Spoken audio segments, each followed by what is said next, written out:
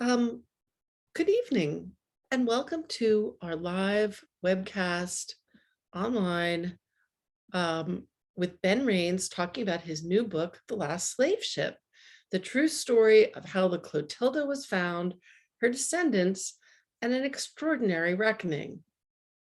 I'm Ariel Zeitlin, one of the librarians at the Montclair Public Library. And first, I'd just like to draw your attention to the Q&A button. If you're using a computer or a smartphone, it's at the bottom of your screen. If you're using a tablet, it's at the top of your screen. And that's how you can send us your questions for the Q&A. And it's also how you can get live tech help from my librarian co-host, Alex Russo, at any time during the webcast. I just enabled the live transcript function, which should help people who are hard of hearing. So don't be alarmed that there are suddenly words at the bottom of your screen. Now I'd like to introduce Marnie Jessup, a member of the board of our library foundation. Welcome, Marnie. Hi, thanks. We're so happy you're here for another virtual webcast of Open Book, Open Mind. I'd like to welcome everyone on behalf of the Montclair Public Library Foundation. We're a group of your friends and neighbors, and our mission is to raise money to fund the offerings that make our library so special. This includes library programs like this one, staff development, building restoration, and other needs that aren't covered by city funding. Your donations support everything from laptop lending, Wi-Fi hotspots for Montclair residents without internet access, to lifelong learning classes, homework tutoring, and resume help, to the children's reading programs, and most recently, the significant growth in e-content during the pandemic.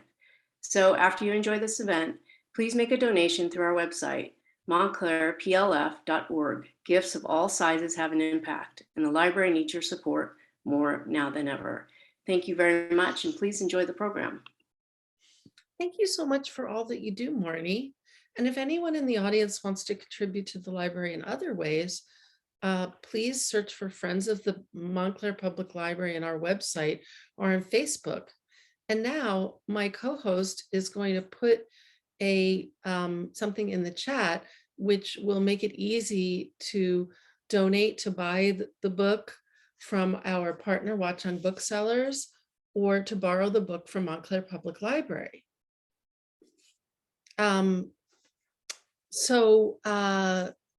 I'm really happy to introduce our guest of honor this evening, Ben Raines. Ben is an award-winning environmental journalist, filmmaker, and charter ship captain who was the first to find the wreck of the Clotilda. He lives in Alabama. Welcome, Ben. Thank you so much for having me. It's a pleasure to be here. Well, we're thrilled to have you. So as you may already know, the Clotilda was launched 50 years after the transatlantic slave trade became illegal. Zora Neale Hurston recorded an oral history of the Clotilda's last survivor, which was published a few years ago posthumously under the title Barracoon. The New York Times says this fast-paced narrative begins with the voyage and follows the Clotilda's survivors beyond the Civil War. Raines vividly conjures the watery landscapes into which the Africans stepped. Knowledge of these waterways also led Raines to locate the Clotilda in a place previous searchers had ignored. So we'll get to hear more about that later. And meanwhile, I'm also very happy to introduce Ben's conversation partner, Sowande Mustakeem. Sowande is an associate professor of history and African American studies at Washington University in St. Louis, and the author of Slavery at Sea, Terror, Sex, and Sickness in the Middle Passage. We couldn't think of a more perfect pairing. Welcome, Sowande. Thank you so much. I'm honored to be here among us all. So thank you. Well, great. So this is the moment we've all been waiting for. And for all of you at home, please remember that you can start submitting your questions in the Q&A box while the conversation is going on. I'm going to get offline and let the conversation begin, and I'll be back after the Q&A. Well, welcome everybody, and thank you for seeing value to be here this evening. I am honored to be in conversation once again with the one and only Ben Rains. Ben, so I'm always thinking about the passage of time. Of course, that's what we both done, thus the water.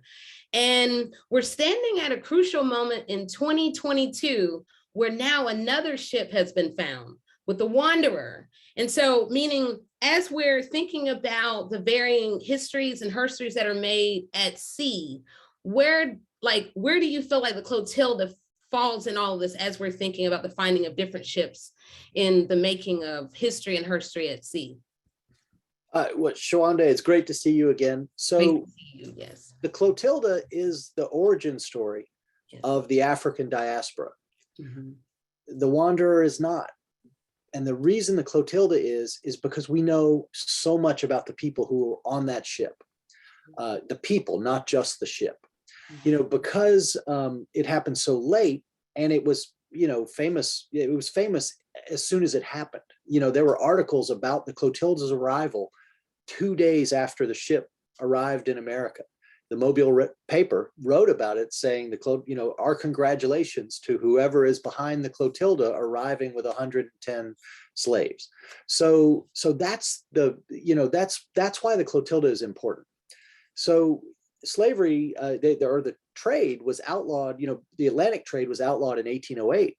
So by the time of the Civil War, almost everyone who was enslaved in the United States had been born in the United States. And the Middle Passage, they hadn't experienced that. They didn't know what life in Africa was like. So with the Clotilda people, we get a window into the entire experience of slavery that we don't have from any other source.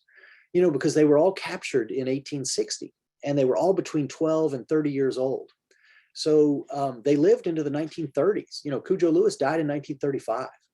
So, and they were interviewed over and over and over again. And the unique thing with the Clotilda story is we also have the side of the American white enslavers in the form of many interviews with Timothy Mayer, the Alabama steamboat captain who funded it, but also Captain Foster, who sailed the ship to Africa, who negotiated with the Dahomeys for the people and sailed the ship back. So we have the whole story here. You know, there's no other record in history for the entire period of enslavement in America like the Clotilda story. Okay. Yeah, thank you. I think for some people, they may leave the Clotilda just at Black history. And I think you and I both can agree that, as you just invoked, we have to see this as a part of the diaspora, but also the makings of American history in some interesting ways. So knowing that money and the economy is the basis of the evolution of America, let's go to that infamous bet as we begin to look at the opening and what makes this happen, as we see the investment and how it starts. Yeah, so the bet, you know, these 110 people who were stolen from Africa on board the Clotilda, it was a whim, a bet made on a river in Alabama. And the Wanderer, it's funny you mentioned it, because the Wanderer was the reason for the bet. So Timothy Mayer was a steamboat captain and very wealthy man in Alabama. He and his brothers owned 9 steamboats, and the business they had was running cotton down the rivers. They also had a shipyard and a lumber mill, and they had 3 plantations. So they were all from Maine, had moved to Alabama when they were in their early 20s, and had worked their ways up from being deckhands on steamboats to owning 9 steamboats, and they each had a plantation. Together, they enslaved about 50 people. So Mayer was on his steamboat in 1859, a steamboat named the Southern Republic, which was a hint of where his desires for the future lay. He wanted a new country in the South where slavery was legal and not being threatened the way it was in the run-up to the Civil War. So they're on the steamboat. And you have to think antebellum, you know, Alabama, 1859, this is Gone with the Wind. The steamboat was very sumptuous, you know, velvet couches and all this. And these are bragged about in advertisements of the day, how plush the Southern Republic steamboat was. So after dinner, Mayer is out on the deck with his wealthy passengers, drinking whiskey and smoking cigars. And the conversation of the day is the Wanderer, because that case was going on at the time, and it was being written about in papers all over the country. You know, the New York Times had people in Georgia covering the case. So did the New York Tribune. For a story to warrant coverage from New York in 1860, that tells you it was a powerful story the whole nation was paying attention to. So on the boat that night, there were a couple of Yankee passengers. And I say Yankee as with a term of endearment, but there were folks from New York and Rhode Island on the boat. And one of them said to Timothy Mayer, well, I think they should hang the lot of them about the people responsible for the Wanderer. That'll scare anybody else off from doing it. And Mayer said, nonsense, they'll hang nobody. And I could do it myself and bring back a cargo. And they make a bet that he could do it. Now, about the Wanderer, he was right. No one was convicted of slaving in the Wanderer, though the ship brought in 378 people who were spread around the country. In fact, again, to the New York Times wrote an article about some of the Wanderer captives ending up in Montgomery, Alabama, and said they showed up here, these Africans and all that. The only person who was prosecuted for the entire thing of the Wanderer was Charles Augustus Lafayette Lamar, the guy who paid for it. And he was prosecuted not for anything related to do with bringing enslaved people into the country. He was prosecuted because during the court trial, he broke the captain who sailed the ship to Africa out of jail at gunpoint to take him to a party at a hotel. This is during the criminal trial. And when the sheriff showed up to take the prisoner back, they held guns on him in this hotel on the sheriff and said, we'll bring him back in the morning. He's at a party right now. So that's the only person who got prosecuted for the Wanderer. So Timothy Mayer, likewise, was right about the Clotilda. The entire story, nobody was prosecuted for bringing in these people on the Clotilda. Just the same, which was what the bet was about. You know, nonsense, I could do it myself. But the trick with Mayer is he did it. He immediately, when he got, at the end of that steamboat voyage, he hired his neighbor, this guy, Captain William Foster, who owned the Clotilda, which was a very fast ship. And he offered to pay him the equivalent of about $500,000 in today's money to sail the Clotilda to Africa and come back with a load of slaves, only so he could win this bet. Not because he was trying to make money. He was already fabulously wealthy. He just wanted to thumb his nose at the federal government. The boldness, again, and all the action and the conversations, and then what would fuel the coming future and all that would evolve. So let's put two unexpected places together, Alabama and Dahomey. Can you tell us how they became entwined, both by the currency of money and the currency of violence? Yes, absolutely. So the Dahomey Empire was internationally infamous in the 1600s. A Dutch slave trader wrote a book called A Diary of a Dutch Slave Trader. I think it was published in 1619. And he wrote that at most of the slave ports in Africa, you could get 3 or 4 people in a week. At Ouida, the Dahomey port, you could get 1,000 people in a few hours. So that tells you what you need to know about this. The Dahomey Empire had industrialized the business of slavery, of capturing Africans and getting them ready to be put on ships to be deported all over the world for their life. So the way the Dahomey story came into the Clotilda saga was via the local newspaper in Mobile. They published an item in the paper saying King Gizo of Dahomey is back in the business of selling people. People can be had for $60 a head at Ouida.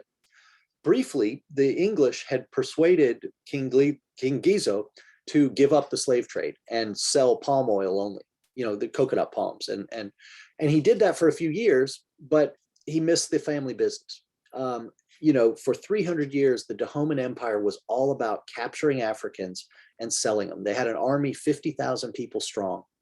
And there was very few villages in modern day Benin that could resist. So they were infamous here in Alabama, so much so they were in the local newspaper. Timothy Mayer and Captain Foster saw that and said, all right, we'll go to Ouida where you can get thousands of people in a few hours. And that's where they set sail for. A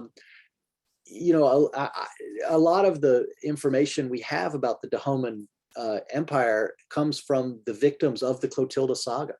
There are very few stories in the record told from the perspective of enslaved people. And because the Clotilda captives were, so late and lived into the modern era of journalism and newspapers and all that, their stories have been told over and over.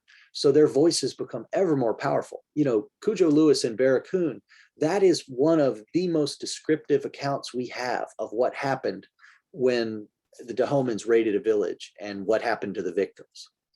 The other thing I'm quite struck by is the literate world.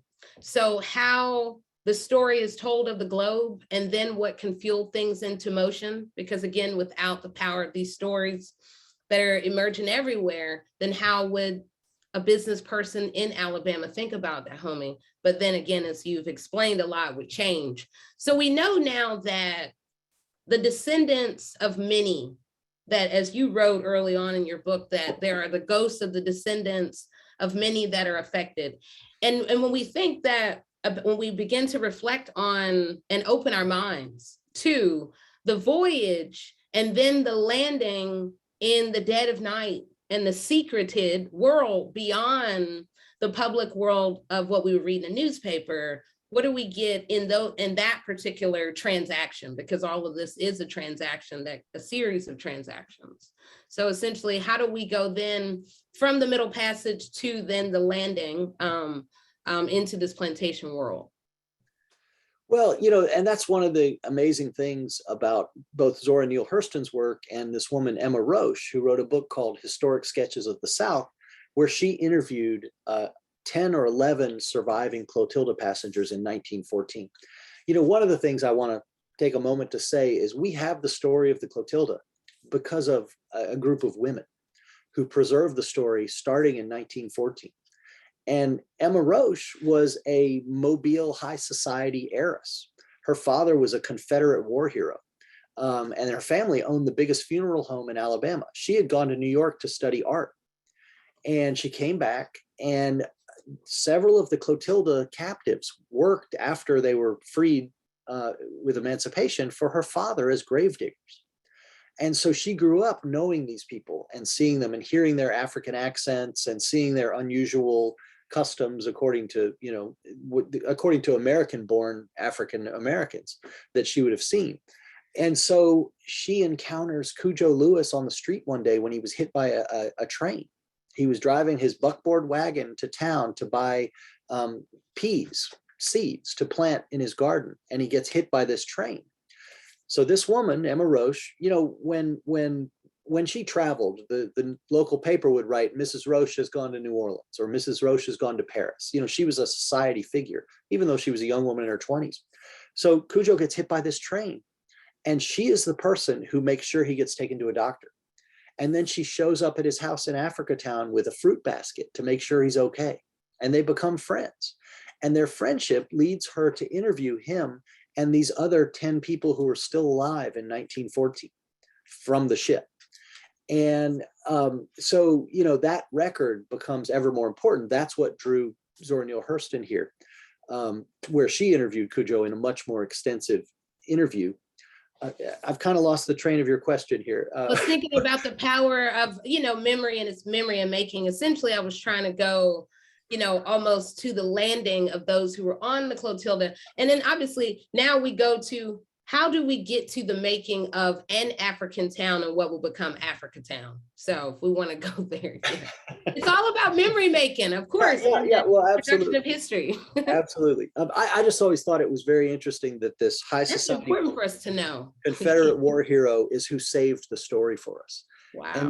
And then 3 more women after her propelled the story so that I was able to go find the ship. I think that's, you've used the phrase "her story," so there you go. This is her story yes. we're talking about right now. Yes.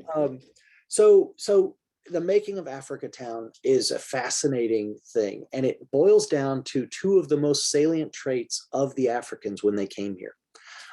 They stuck together and they fought back, and this is unusual in the record of enslaved people. And it was because of the surreptitious nature of the Clotilda voyage that this happened. So many of the people on the Clotilda were from Cudjo's village, from Bante.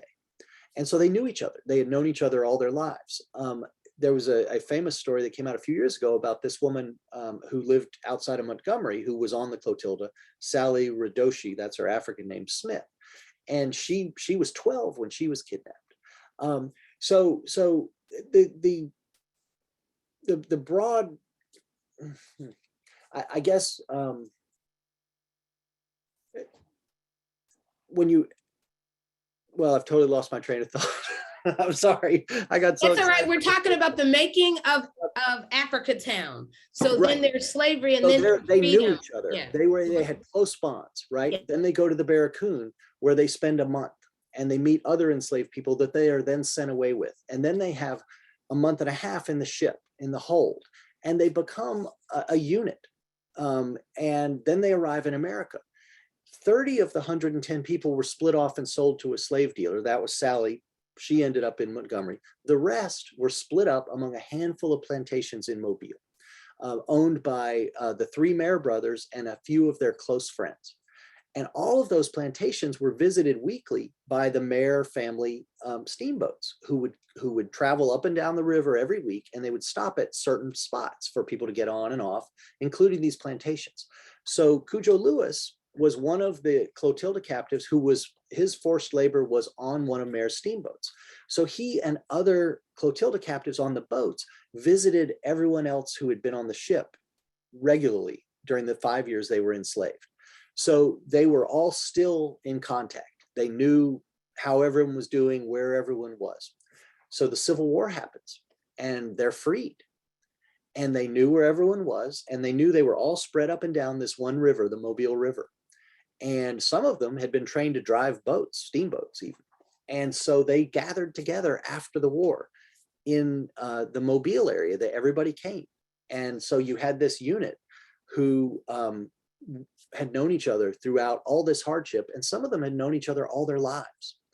So their first instinct was to band together because they had been ostracized not only by the whites, but also by American-born blacks on the plantations. And Cujo speaks about this over and over and again in Barracoon, about being picked on by them, by being called savages, being mocked. And this goes on until the end of his life in the 30s. 3 of his sons were murdered by, because they had this confrontational relationship with American-born blacks who called them savages and stuff. It's a fascinating wrinkle in the story. But their first action after they were freed was to band together and figure out, what are we going to do? And they wanted to go home, but they quickly realized there was no way to raise enough money to get passage home. So they asked Cujo, they sent him to ask Timothy Mayer to give the group land to build houses on. Now, Timothy Mayer refused, but they worked together, they pooled their money, and they began buying plots of land from their former enslavers. And that's what became Africatown. Eventually, they took turn building each other's houses. They built a school for their kids. It became this enclave in Alabama, after the Civil War, Reconstruction era Alabama, where that was ruled by Africans.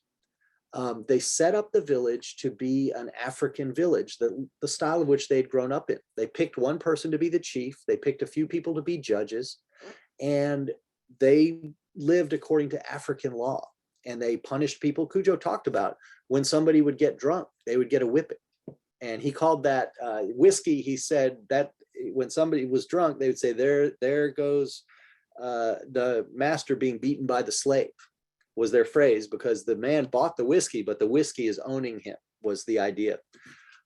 So they banded together, and we could see this from their earliest days in America. There's a story on Timothy Mayer's plantation. One of the overseers beat one of the African women with a whip out in the cotton field, and the Africans attacked him, took the whip, and beat him.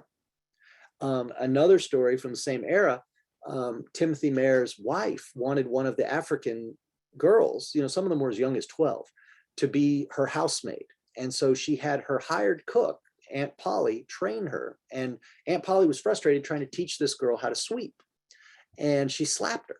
And we have a description of this happening from an American-born black who was there, who said this woman let out this scream and the Africans came running from wherever they were, from the rice fields, the cotton fields, down by the docks, carrying whatever tools they were using in their job. So scythes, knives, whatever.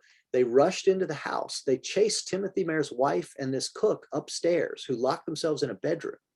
And the Africans were outside chanting and beating on the door for them having struck this woman. So that's how Africatown was built. They banded together and they fought back. And that was their legacy going forward.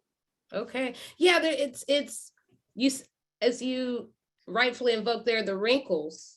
And then there's also the ironies, you know, over time, that you would be cast as so-called savage, and then to evolve and become a symbol of Blackness and entrepreneurial, you know, opportunities that would all expand. So how do we then begin to look at Africatown and the evolution of generational change that would lead to even a whole other chapter in the story by the 1980s and the 1990s that would tell another story?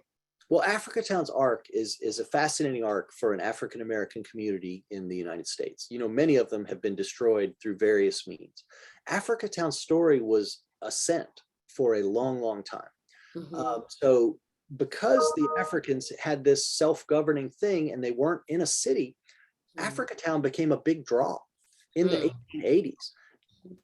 American-born Blacks were moving to Africatown to live somewhere governed by white, or not governed by whites, and that was a huge attraction. And so the town swelled and grew and grew and grew. So by 1912, Africatown was the fourth biggest community in the United States governed by African Americans. That's incredible. You know, it attracted Zora Neale Hurston, it attracted Booker T. Washington. It was a success story. And so as we move forward in time, by the 1950s, there were plentiful jobs in Africatown because the Mare family, with their plantation land, had sold it to various industries because it was all riverfront property. So International Paper built the largest paper mill in the world right on top of Africatown. The community was getting horribly polluted, we now know, with all kinds of cancer-causing problems and stuff. But at the time, for the people living there, they had good jobs a walking distance from the house. Anywhere in Africatown, you could hear the plant's shift change whistles from your bedroom. That's how close this was to people's houses. And then there was another paper mill, and then a lumber mill, and then multiple shipyards. So Africatown became this really prosperous place where African Americans could come. And because the Clotilda people had built a school in 1880, it was the only school the only high school at one point in Alabama for African Americans. So that was a huge draw. So more and more people were moving to Africatown. By the 1950s, the community had movie theaters, you know, groceries, pharmacies, doctors, everything you would want. It was a self-contained community.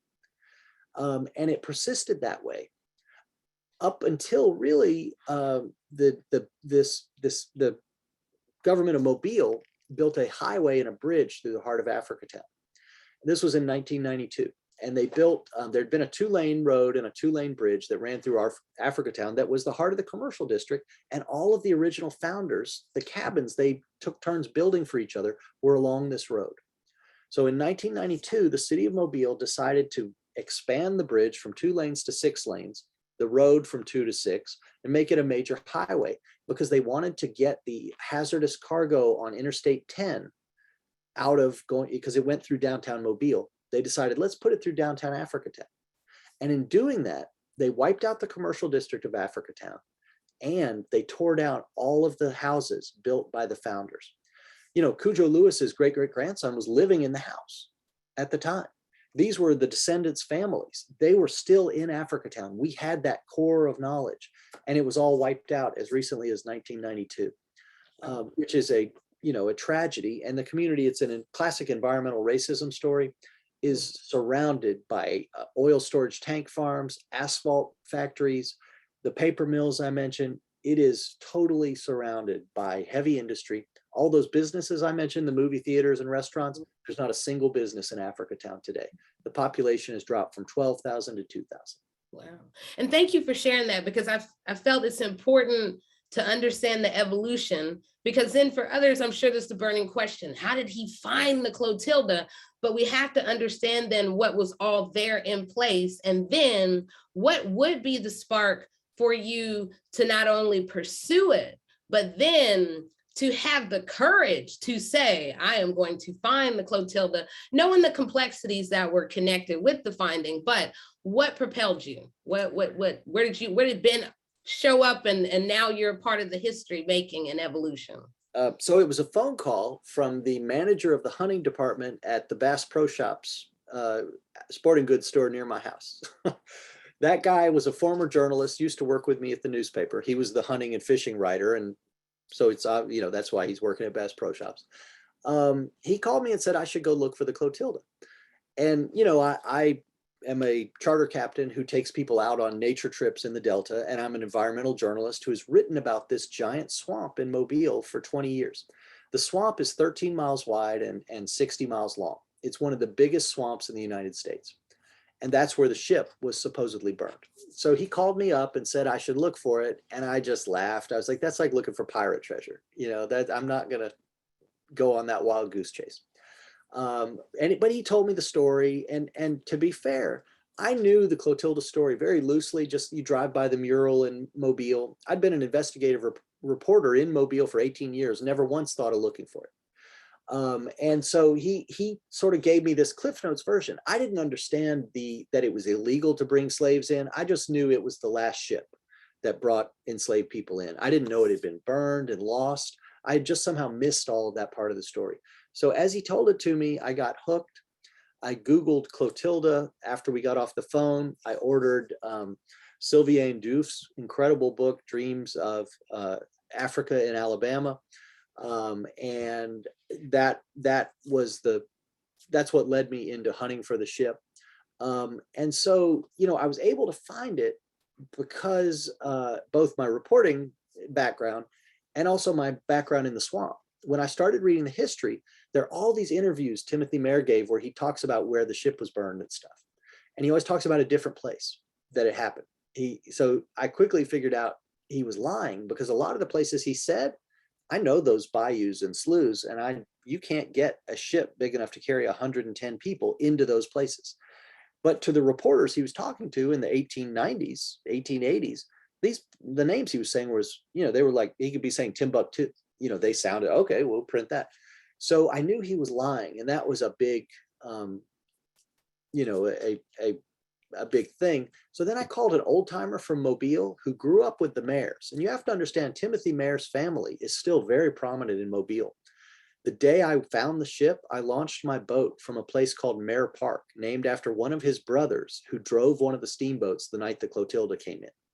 Right. So, the three brothers who were the great grandsons of Timothy Mayer had a court battle in about 2012, and their worth was estimated at $35 million. So that's the Clotilda money. Yeah. I could tell he was lying about where the ship was. And as I dug in, I called a guy who grew up with the Mayer family. And I said, do you know where the Clotilda is? And he said, well, Daddy always said it was at 12 Mile Island. So that was my first time hearing 12 Mile Island as a possible location in this gigantic 250,000 acre swamp. Then I found the captain's journal in the Mobile Library, where he wrote about the trip to Dahomey. I mentioned all the history we have. This journal is it's 12 pages, handwritten, but it's this is in the public library? In the public library. Yeah, wow. Yeah. So every historian before me and everyone who would look for the ship had just overlooked this and followed Timothy Mayer's false breadcrumbs, where he was lying about all these places. So I find the captain's journal in the library, and in it he says, I burned and sunk my schooner at 12 Mile Island. Like, he just says it. It says it. Wow. It's right there in his handwriting in pencil. Wow. And in full public library, emphasize exactly. Yes. Thank you, library. I should say at this juncture, since we're at the Montclair Public Library, I found the Clotilda in a library. Oh, see? I went out in the swamp in my wetsuit where the library evidence showed me to go and found the actual ship. Okay. But the search, the meat of the search happened in the library. And so then I found something else in the library. well, in the archives, which was an interview Cujo Lewis gave in the 1890s, where he also said the ship was burned at 12 Mile Island. Now, he wouldn't have known 12 Mile Island the night he arrived when they burned the ship because he had never seen America. Yeah. But he then worked on the steamboats for 5 years. So He went up and down the river. When Zora Neale Hurston interviewed him, he listed the 21 landings up the Mobile River in perfect order. So I knew he knew the river. And then I knew this one other thing. One of the men there the night the Clotilda arrived was one of the mayor's enslaved people who was a Cherokee Indian named James Dennison. They had taught James to drive steamboats. He drove one of the steamboats that night. Well, after this, he married one of the Africans, and he and Cujo knew each other for the rest of their lives. And so there is no way James Dennison, the steamboat captain, didn't tell Cujo, oh yeah, we burned it right at 12 Mile Island. And so I knew Cujo knew. So then I had two firsthand sources who were there that night that everyone else had either overlooked or ignored. And I will say, I've never seen a reference in any of the other books about the Clotilda to that, to the Cujo Lewis interview where he says 12 Mile Island. From 1890s that you referenced. Right. Wow. So those were the clues. Yeah. Can you also speak about why the ship was burned? Because I understand why, but let's also continue to open the minds of the audience about why burn a ship? What does that do? Yeah, well, and William Foster, the captain who sailed to Africa, remained bitter about this the rest of his life because the plan was he was going to go to Africa and come back, and Timothy Mayer was going to meet him down on the Alabama-Mississippi border in the Mississippi Sound, which is a body of water next to the Gulf of Mexico, but with barrier islands, and meet him there, take the captives off of the Clotilda and run them up into the swamp on his steamboat. And then Foster was going to sail the Clotilda to Mexico, have the whole ship cleaned, because a slave ship was a horrible, stinking thing. These people had been forced to live in an area the size of most people's living room for 6 weeks. So it was going to be cleaned, and they were going to cut the masts off and refit it into a different style of ship and bring it back to America and claim it was a totally different ship with false papers. That was the plan. But Timothy Mayer, his ego was so big, he couldn't stop himself from bragging about what they were doing from the moment the Clotilda set sail. So even a third of the way through the Clotilda's trip to Africa, Timothy Mayer has talked about what they're doing so much, which is a hanging crime, that the federal government in Mobile is watching him, and they're staking out his house. He saw them outside his house. He knew he was being watched. So he did not set up a watchman down at the Mississippi Sound to watch for the Clotilda like he was supposed to, because he was afraid that would lead to him getting caught. So when Foster came back, he actually had to row to shore, hike 10 miles to a nearby town, borrow a horse, and ride to Mobile to tell Timothy Mayer they were here. So it was a whole, the whole story was, everything had gone wrong at this point. I'm sure Foster was angry to hear that you've told everybody what we're doing. The articles, there were articles because of Mayer's bragging. There were articles in the Mobile paper and then papers around the country saying the Clotilda has sailed for Africa for a cargo of illegal slaves. Wow. So that was the problem. So they come back, the heat is on. They take the ship in the dead of night. It's about a 16 or 18 mile trip from where the ship was hidden away on the Mississippi border to the swamp. You have to go up Mobile Bay, which is a very, it's wide open. There's no spot in Mobile Bay a ship can be that can't be seen from anywhere else in the bay. So they did it at night. They cut the masts off the ship so it would look more like a barge being towed by one of the steamboats. And then when they got up to Mobile, the swamp is 13 miles wide. They did not go up the main channel into the port of Mobile. They went further to the east and went behind a bunch of wooded islands and snuck into the swamp that way. They actually took the ship up to an area in the swamp owned by the Mayer family since the 1850s. So what better place to hide something than a chunk of remote swampland you own?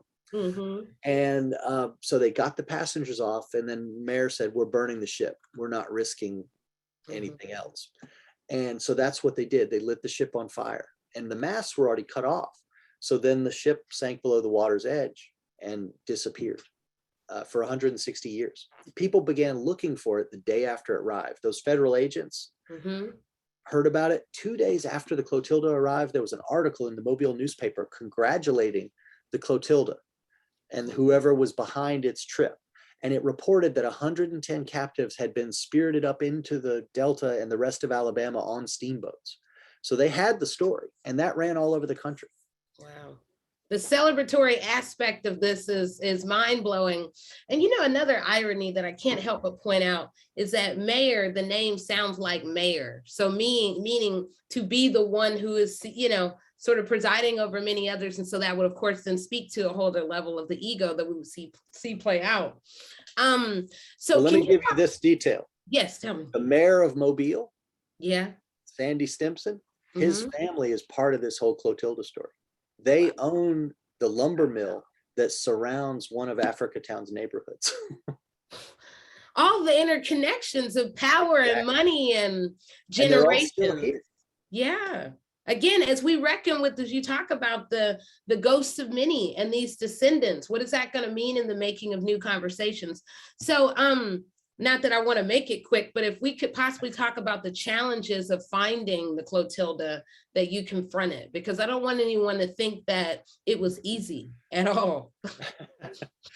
Well, so the challenges may have been self-inflicted in some measure. Before I found the Clotilda, I found another ship.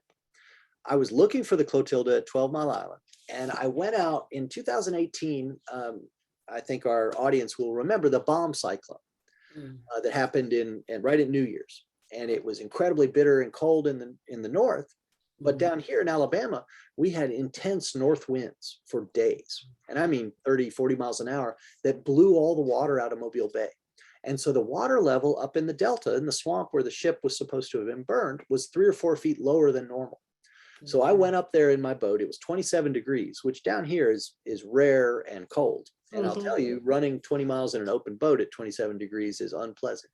Yeah. But I went up there to see if the lower water would reveal anything. And I found a schooner from the 1850s. You could see it outlined in the mud. I brought marine archaeologists from the University of West Florida who had found 12 Spanish galleons from the 1500s. These guys knew, what they were doing.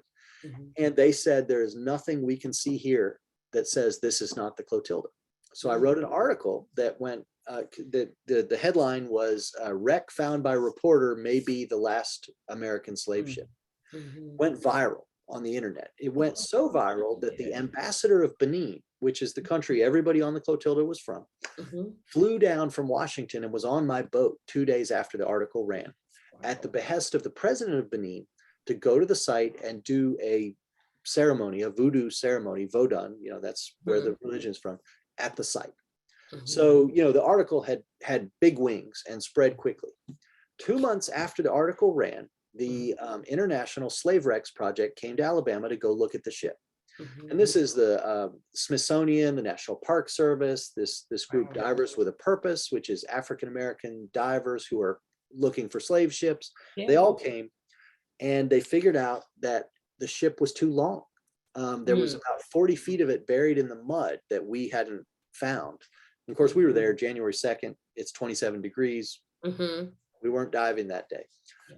So it wasn't the ship. They announced this at a meeting in Africatown. So I had been to Africatown to talk after my article broke. They called me and asked me to come the day after the article came out. And that was when I first began to understand the power of the story. Because prior to that, I was just an investigative reporter I was going to go solve this mystery. I didn't understand what the story meant. So they had this meeting to reveal to the public what they thought of the Clotilda after investigating, or the ship after investigating for 3 days. There are about 300 people packed in this room in Africatown, many of them descendants of the people who were on the Clotilda. And they announced it's not the ship. People were wearing shirts that said our ship has come in. They were talking about putting it on display in Africatown. And the archaeologist said, it's not it, it's too long. People started shouting down the state officials saying, it is Clotilda, you're lying to us, you're trying to hide it from us. But for my part, I'm an investigative reporter, who had done a lot of really powerful work I was very proud of. I prided myself on never having corrections. And here, the biggest story I've ever broken, my central premise is wrong. The ship is not the Clotilda. Yeah. So as I'm listening to them describe all the ways it wasn't the Clotilda, I'm thinking, I'm going to go home and drink a bunch of whiskey, and I'm not going to look for Clotilda anymore. Yeah. As I left the meeting, a woman came up to me. She was one of the descendants, Thelma Mabin Owens, and she gave me a big hug and started singing. And she sang a gospel song in my ear, and it was called "There's a Bright Side Somewhere. Don't Give Up Until You Find It." Oh, And you needed to hear that. yeah, and she pushed me back and held me by the shoulders and said, "Don't give up, Ben. Keep looking until you find it." Mm-hmm. And then she kind of winked and said, "Nobody else is going to look for it." And so then I turned and walked away from her, and two guys came up to me who were marine archaeologists. Mm-hmm. And they told me they had been paid by the state to look for two Civil War Confederate ironclad warships that are in the Mobile River. They were intentionally sunk.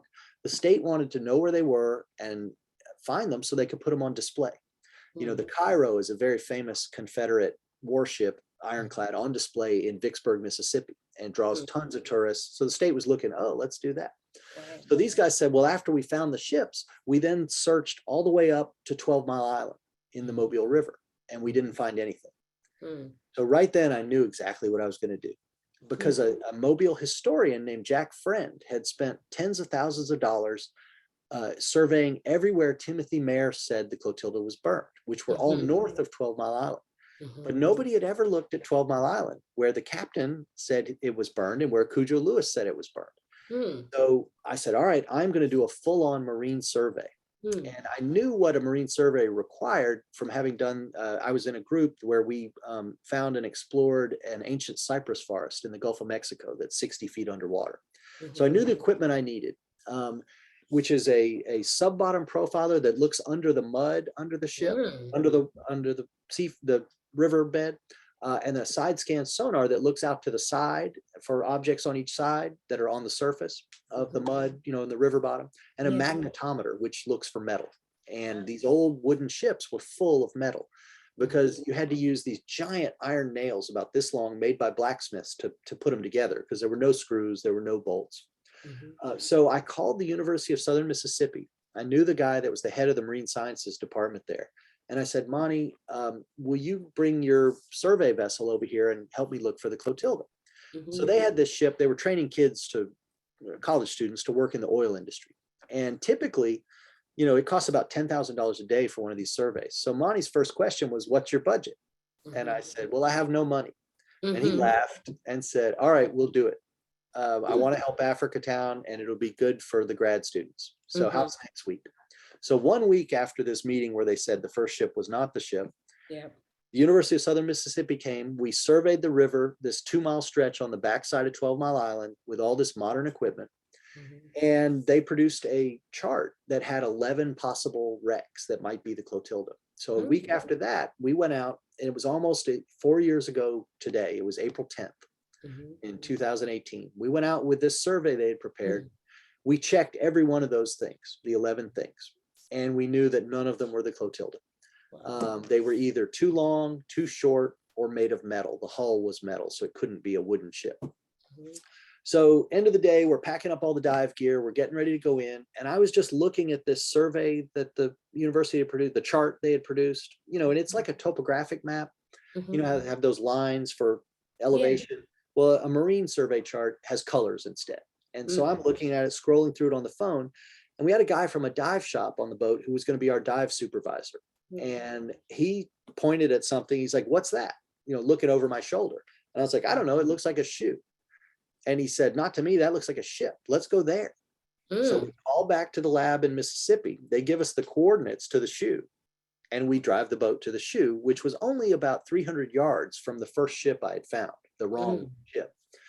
And nobody else would get in the water because it was cold. It was the end of the day. I put on my wet, nasty, cold wetsuit, and I got in because I was the only one who had been internationally humiliated. And I started diving down and moving logs off the wreck, or off this spot, and, you know, logs that had washed up in the river. And I cleared them all out of the way, and they were making fun of me because I'd bring them up to the surface, and they were saying, wow, you found a pile of firewood, you know, kind of thing. And so then I found a piece, I could feel it. You know, you have to understand the river was like chocolate milk. You could see nothing. You couldn't see, you literally could not see 2 inches. It was So I found a piece on the bottom that was squared off. It was a cut piece of lumber, I could tell.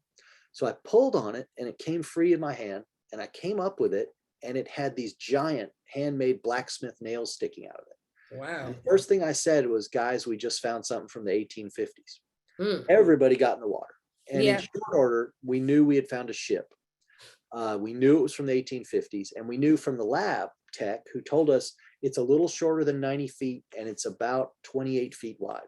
The Clotilda is 86 feet long and 28 feet wide. And so we knew, so then I revealed to the state I had found this. I said it was the only thing in the river that could possibly be the Clotilda. We've ruled out everything else.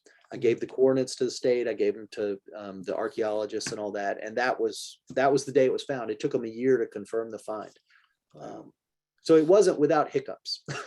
Right, exactly. It almost becomes, you know, it tested you again on the power and how much you really, you know, were willing to pursue that, the finding of it and the telling of the story.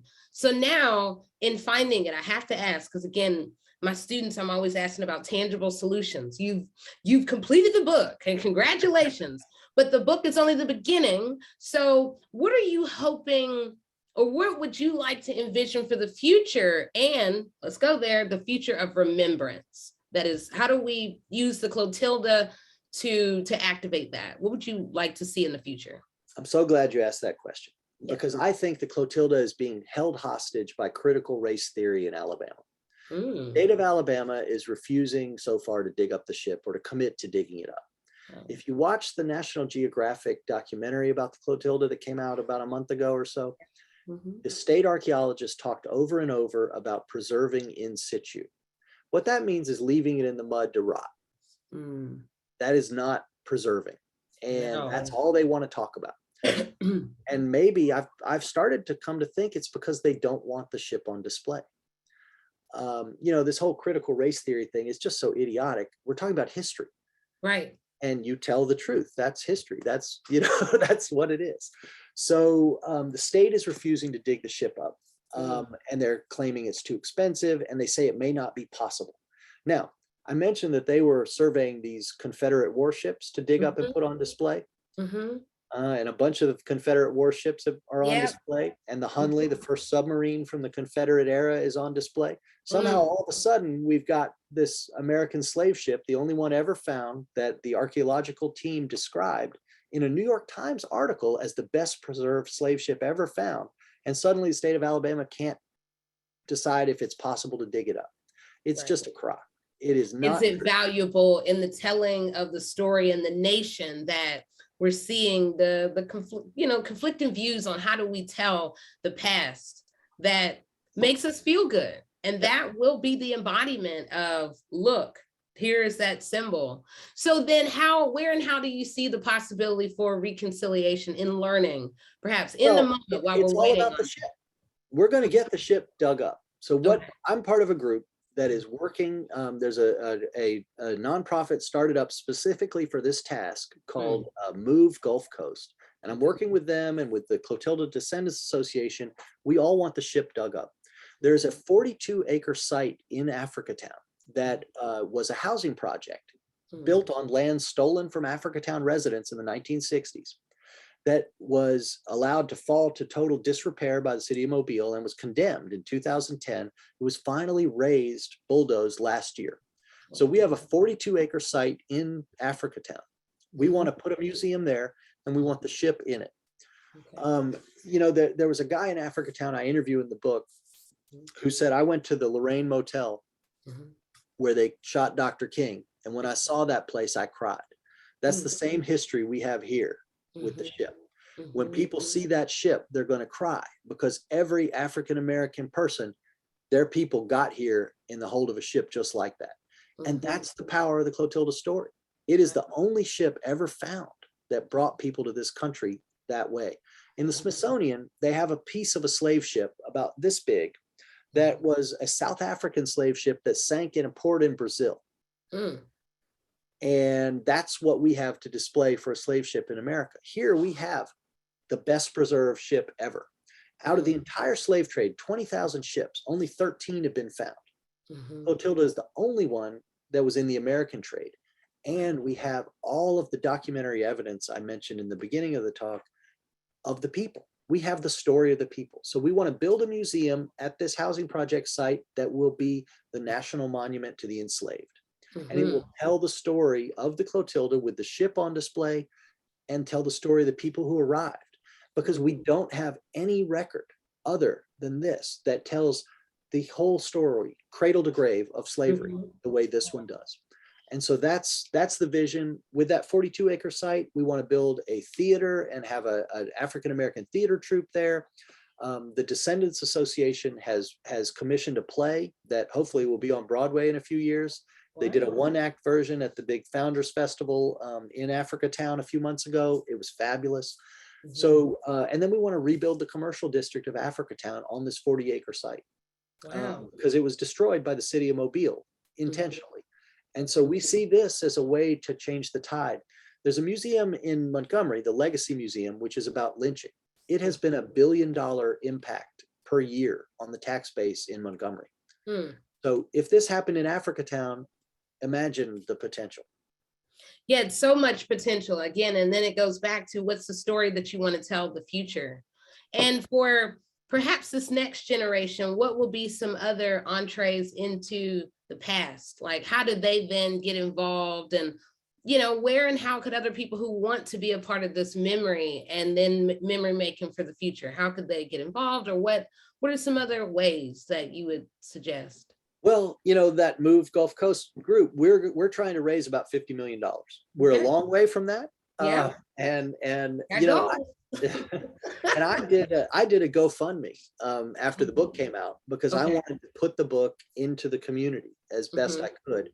So we raised enough money to buy copies for every student at the school the Africatown founders started, and for all the teachers. And we're trying to raise enough for the high schools those kids go to. That school's a middle school, because this is their story. These are their neighbors. You know, these are their parents, their friends. And so we really want to, and I feel like that's the way, you know, the story can begin to get some traction. It is, you know, you read about this history of this era in books and stuff, but the Clotilda story animates it in a more profound way, where you can actually hear what the people involved were thinking and feeling from their own mouths. You know, so I feel like this story is the vehicle to get people, you know, working in those directions. And I feel like it really illustrates all sides of this legacy. So, you know, that nonprofit I mentioned, Move Gulf Coast, the Clotilda Descendants Association, the Africatown Heritage Foundation, these, if people want to donate money, these are all great efforts toward that end. You know, my GoFundMe is still active. We're trying to raise money for the high schools. We need another 20,000 to put it in, to give it to all the students of the 2 high schools. And you know, I just, one of the things that's happened is Mobile, the city, has done nothing. And I mentioned the mayor's connection to the story. The county bought a prefabricated metal building and put it in Africatown to serve as a first kind of resting place for any artifacts that come out of the ship. But that's not enough for this history. You know, this is so we're trying to move in that direction, and anybody who wants to work toward that effort, you know, I bring them on. As well as looking for your book and any other book to get us to go deeper on, you know, within the public library system, to ask for it so we can then tangibly engage this memory. So as we are really, let's know and remember the power of our library. Again, you had turned us to where the sources can be, where we would say they're hidden in plain sight right there.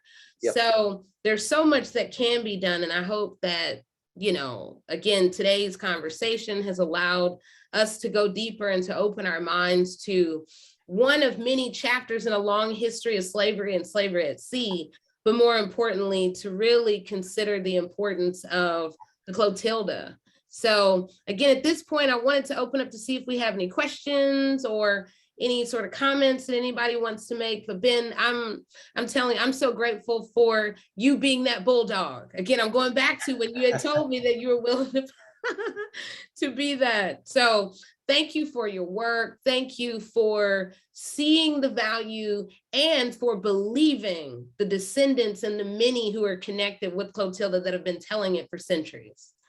So yes. Well, I see one question, and thank you for saying that. The question I see is, what was the name of the book? Which, my publisher would kick me. Right. What is? So the book is called. I'll hold it up. Yeah, the last slave ship: the true story of how Clotilda was found, her descendants, and extraordinary reckoning. There you go. And there are many descendants interviewed in the book. And including descendants of Captain Foster. So we have all sides of the story. And one of the, that was one of the beautiful parts of the book was there was finally this moment where somebody associated with the Clotilda story from the side of the enslavers came to Africatown to apologize. Wow. And it was a guy, he's a retired Air Force Vietnam vet who lived out in Montana. Named Mike Foster, and he reached out to me. He sent me an email after the first ship, the wrong ship, and said, "I'm so sorry you didn't find the Clotilda. I'm embarrassed to admit that my ancestor was the person responsible for this." Wow. Oh. And so he asked if there was any way he could help, and I had a couple of ways, and one of them was I said the descendants would love to meet you. They would love to talk to you, and he was terrified to come, but he flew to Mobile. When we went to meet the descendants, he told me he took his wedding ring off and he wasn't going to admit that he had a wife and daughters because he was afraid somebody might want to hurt him for what his ancestor had done. Wow. And so we went in and I said, "Mike, they're going to hug you. They're going to love you." And that's what happened. And he cried, they cried. And we had this, it was a fascinating and beautiful moment. So much so that Mike then became friends with Darren Patterson, the head of the Descendants Association. Wow. And our plan was for all of us to go to Benin. And they were going to go on stage places in Benin and show them, the descendant of a slaver and the descendant of someone enslaved by that guy's ancestors laughing and hugging on stage. Yeah. And what Darren said was maybe that can help them heal too. Well, I'm glad to see that's the spark of many possibilities for reconciliation and reckoning with this uncomfortable past. Again, Ben, thank you for your work. And as one who writes on the slave trade, it's not easy. So then in trying to tell the story, and even more, the stories that are buried beneath the water, where it's so easy to hide so much. So again, we want to thank everybody for being here. And I think at this moment, I'll turn it over to Ariel. But again, if there are any other questions, thank you all for seeing value to be here. I hope that you were hope your minds were opened in new ways. And Sowande, wow, great questions. Loved it. That was super fun. It's always a pleasure to talk to you. Oh, always. And I look forward to us continuing to stay in touch through all of, through even more of what's coming. Yeah. So I'm seeing in the chat, I'm seeing just a lot of thank yous from everybody. People saying, one person says, incredibly fascinating. Wow, we'll donate. What a great cause. My family is very close with the Von Unworth family. Matt says hi. And I do want to repeat to everybody that, and so here, people say that they're so interested in it and thank you so much. Your work is mind-blowing. We're not really getting questions. We're just getting lots of love from the audience. Good, here. you need that, Ben. Look, We're getting like there are at least 10 people saying, thank you. We love what you're doing. And I am so impressed. It's such an amazing story. And I love the context that you give, because I read Barracoon, the posthumously published oral history that Zora Neale Hurston, the Harlem Renaissance playwright and novelist, wrote. Let me tell you this, because it's not in the book and it's a fascinating detail. Zora Neale Hurston was here in Mobile to interview Cujo. And she's walking down Royal Street, which is one of the main drags in downtown Mobile where her hotel was. And she sees her friend Langston Hughes walking down the street toward her. Wow. Langston Hughes was here in Mobile Really? because he had just spoken, he had done a poetry reading at a college in Mississippi. And he came to Mobile en route to his next appearance. He was on a speaking circuit tour. And he and Zora were old friends from Harlem. So they jumped in Zora's little two-seater coupe and they went to see Cujo. And so Wow. Langston Hughes met Cujo with Zora. Wow, how They exchanged cool. letters going forward. Oh, Zora and such Langston. an unknown fact. Wow. Yeah, well, and so she wrote him one letter saying, Mhm. I found another one, meaning another descendant of the Clotilda, Mhm. because Cujo was the only one alive. Okay. And it was this woman, Sally Radoshi Smith, who was in Montgomery, who was a part of the 30 people who had been sold to a slave dealer. Right. And so she tells Langston she's an even better talker than Cujo, but nobody but us will ever know, because she Oh, didn't wow. want to deal with interviewing her again. Let me just interrupt because I do see, for some We have a few reason, the questions questions are coming. coming into the chat and not the Q&A. So one woman says, other than funding, what's being done to raise awareness about the barriers to this future project? Well, I'm talking everywhere that will have me, as are all the descendants and their various organizations. We are trying to make as much noise as possible, because we know this is a critical moment. I think the state is possibly, our state is very conservative. The Alabama is hard right wing in many ways, and I think the ship is possibly being held hostage at this point. So all we can do is talk as much as possible and try and spread the story, and that's what the descendants are doing. That's what I'm doing. The Montel Williams, before he was Montel Williams, the TV host, was the Navy's Top Gun. He was Tom Cruise in the Top Gun. He was the best pilot in the American Navy. And I saw him speak one time back in the 80s. And he had this saying, he said, because he came from, poor circumstances and stuff. And he said every time he confronted something in his life that was an obstacle, he just said, mountain, get out of my way. And so that's where we are. This is the mountain, get out of my way moment. And the state of Alabama refusing to dig up the ship is the mountain, and we are going to get it out of our way. Well, there is a Time magazine article that was published, and we'll also put a link to that about it, that talks about the hard work that you're doing and trying Thank you. to I should have raise mentioned the money article for I wrote. that. Here's another question that I have. Someone says, Ben, and what is your next project? Well, that's a fun question. So my most immediate project that's going to come out is a new documentary about carnivorous plants, pitcher plant logs. Alabama is actually home to the largest collection of carnivorous plants in the United States. And so it's a film about the plants. It's beautiful, and that'll come out. I think it's going to be on television in July. But then my next book project is a story about an multiracial, all lesbian jazz big band that toured the South in the Reagan era. Wow. So you're really taking I see the connection, but it's definitely It's just a big good step. story that needs to be told. It's Right. One question here, I don't know if you, because we're all over the place with questions coming in through the chat and questions coming in through the Q&A. Someone named Cleta says, on a personal note, she's wondering if you've received any type of pushback, and has your charter ship business, I'm assuming that's why she says business, has been affected by this pursuit. So I have received pushback from a number of quarters. I've had people confront me in restaurants telling me that they should blow the Clotilda up, just like they're destroying Confederate monuments. I've lost friends over this story who said I was bad-mouthing the Mayer family and ruining their retirement. So there's been that kind of pushback, but nothing that, I as an investigative reporter in Alabama, covering the environment, that's a rough crowd you deal with. I had ExxonMobil spy on me in my home at one point, so I'm not so worried about that stuff. Plus, I mentioned Dada Dagbo, the Pope of Voodoo. I think I mentioned him when he came here. Yeah, I did. he told me up the river that he named me a son of the sea. His business card says he is the king of seas and oceans. He's also a lawyer and a labor negotiator, but he told me people are going to come after you. They're going to hate what you've done. But if they point a gun at you, the gun won't fire.